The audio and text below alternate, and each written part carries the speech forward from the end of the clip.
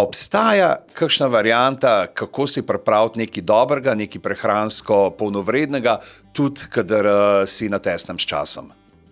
Ja, obstaja. Po eni strani so nam lahko tudi bolj procesirani izdelki v pomoč, samo moramo zbrati tiste boljše. Po drugi strani, po tej bolj priporočljivi, je pa tako, da v bistvu najslabše odločitve za neke slabše obroke pridejo takrat, ko v bistvu smo res preveč lačni, utrujeni, da si bomo naredili nek kakovosten, uravnotežen obrok.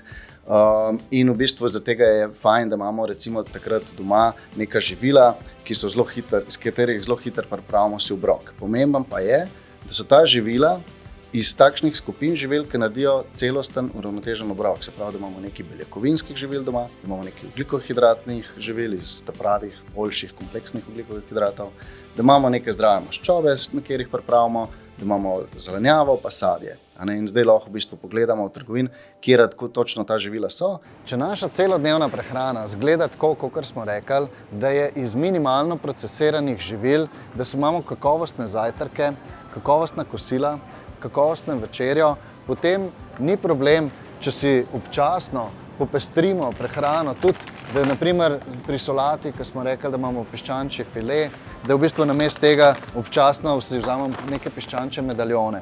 Ampak pomembno pa je, da te piščančje medaljone izberemo ta prave med različnimi vrstami.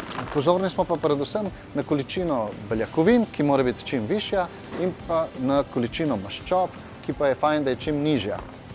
Če je naša celodnevna prehrana res takšna, da so vsi glavni obroki sestavljeni iz minimalno procesiranih živil, potem ni problem, če si bomo občasno kdaj privoščili tudi kakšno lučko sladoleda.